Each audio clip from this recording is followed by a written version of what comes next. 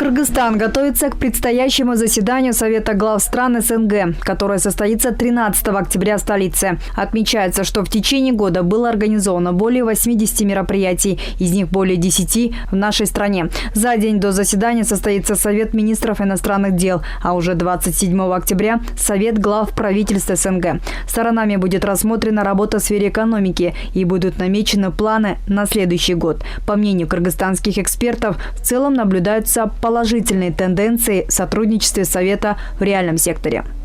Но для нас достаточно выпускать какие-то детали, какие-то узлы, но участвовать в этом проекте, потому что это дает рабочие места, это будет выгодно для страны, и мы будем сохранять свой потенциал экономический.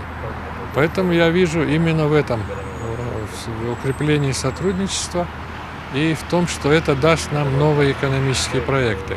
А с другой стороны, я думаю, что будут укрепляться также наши связи общие, социальные связи. У нас очень такая общая ментальность, у нас общая история, поэтому я думаю, что мы будем укреплять связи на всех направлениях. По словам другого эксперта Игоря Шестакова, Кыргызстан нуждается в инвестиционной поддержке, в частности в экономических и инфраструктурных проектах. И поэтому стране следует максимально использовать все эти площадки для того, чтобы получить выгодные для себя инвестиции. Допустим, товарооборота с Российской Федерацией. В прошлом году мы побили рекорд, поставили 3,6 миллиардов долларов. И самое важное, что мы не просто страна, принимающая товары, а мы страна, которая занимается экспортом. И в любом случае экспортные показатели Кыргызстана за прошлый год выросли.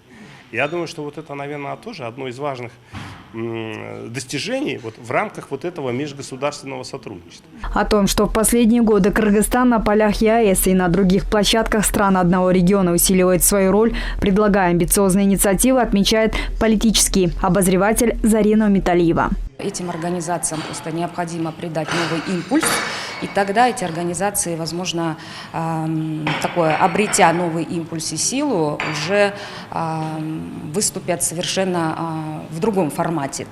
Мы должны как раз-таки быть интегрированы, вовлечены и предлагать определенные инициативы. Была как раз-таки инициирована тематическая сессия «Идеи евразийства. Взгляд в будущее».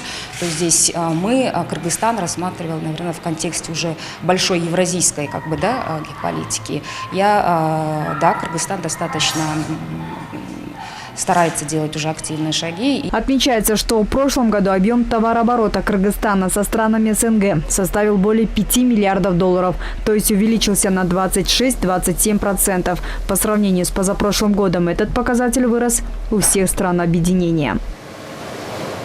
Айгерим Бараканова, Мейримбек Дюсупекулу, ЛТР, Бишкек.